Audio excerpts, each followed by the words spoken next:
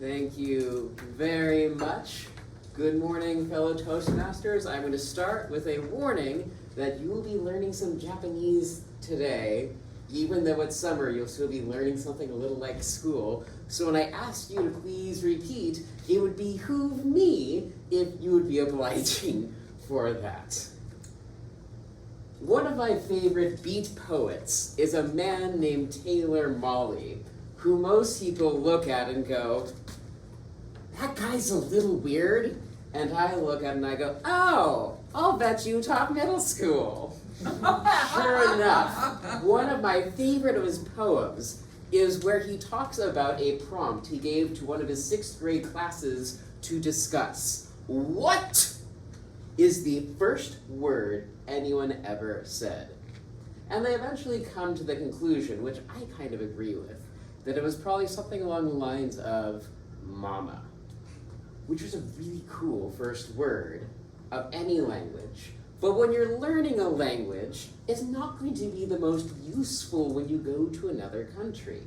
Now, a lot of people will say that it's good to know how to say, for example, hello, my appendix has exploded. Can you please take me to the hospital?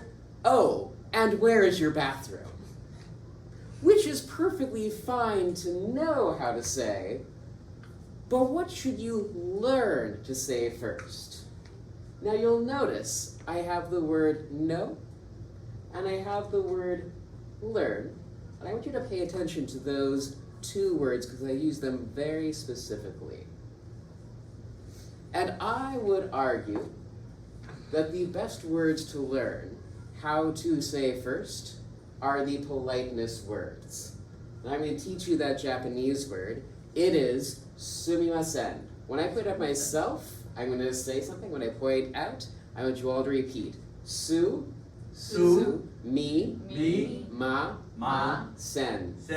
Sumimasen, sumimasen. Very good, you all sound just a little bit American.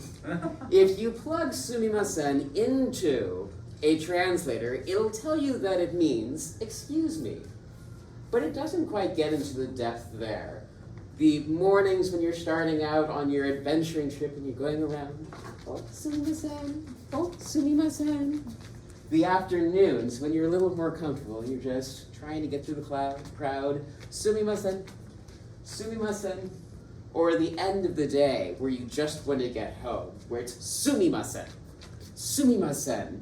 Or what you're really actually saying is, get out of my way, or I will take that phone in your hand and shove it so far up your nose, your colonoscopist won't need his own camera.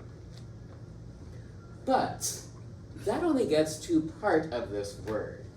For Japanese is what's called a high context language, where how you say something is just as important as what you say. And with sumimasen, there's also the bow.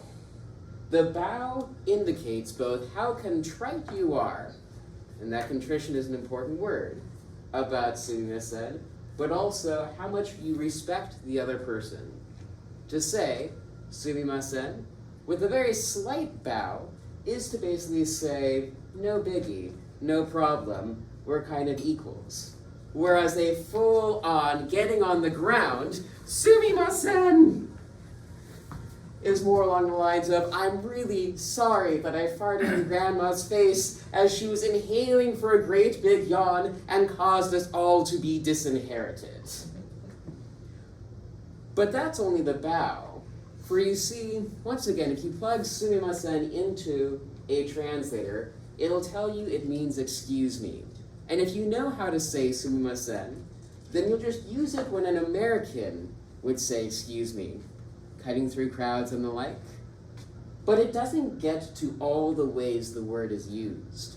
And as an example, you want to do something nice for someone, it's their birthday. You go out, you get them a present, they take it back from you, and they say, arigato, which means thank you. To which you then reply, sumimasen. Now, if you type in your welcome into Google Translate, it'll give you a series of words that you can use. And those will work sure enough, so you can know how to say you're welcome. But once you've learned how to say you're welcome, you know that you say sumimasen, because this is a culture about politeness, where you have put someone in a position that isn't comfortable for them, where they have to thank you for what you have done. And so this sumimasen is an apology in a way that you have put them in that position where they had to say thank you. This is a culture where when you hang up a phone, the old style phone, not the one that you just tap, but the one where you bring it down, the expectation is that you bring it down as slowly and quietly as possible so you don't accidentally disturb the person on the other end with the click. Now let me define my terms here to give you an idea of what I'm talking about. Because the school that I work at believes in the inquiry method, where knowledge is constructed. It's not just passed on. We tell someone something, and then they have to figure out how it fits in with their current schema. And in this case, know versus learn. To know something is to think about it like an American would. To basically say, X equals Y, so whenever I would say X in my first language, I will say Y in the second. But learning is understanding that sometimes X does equal Y plus B, C, D, and E, and knowing what all those other variables are, so that when you are in that culture, you don't just walk around like a big loud American, but you really try to fit in. Which gets me to that final little piece, that important part, that takeaway, that thesis, that wondering of why should I care about this, when I can get around perfectly well by just knowing how to communicate. What does it matter then to actually put in that deeper effort and learn how to really speak? And it matters like this. It's perfectly all right to know how to say, hello, my name is Austin. I am from America. Get out of my way. I need that television.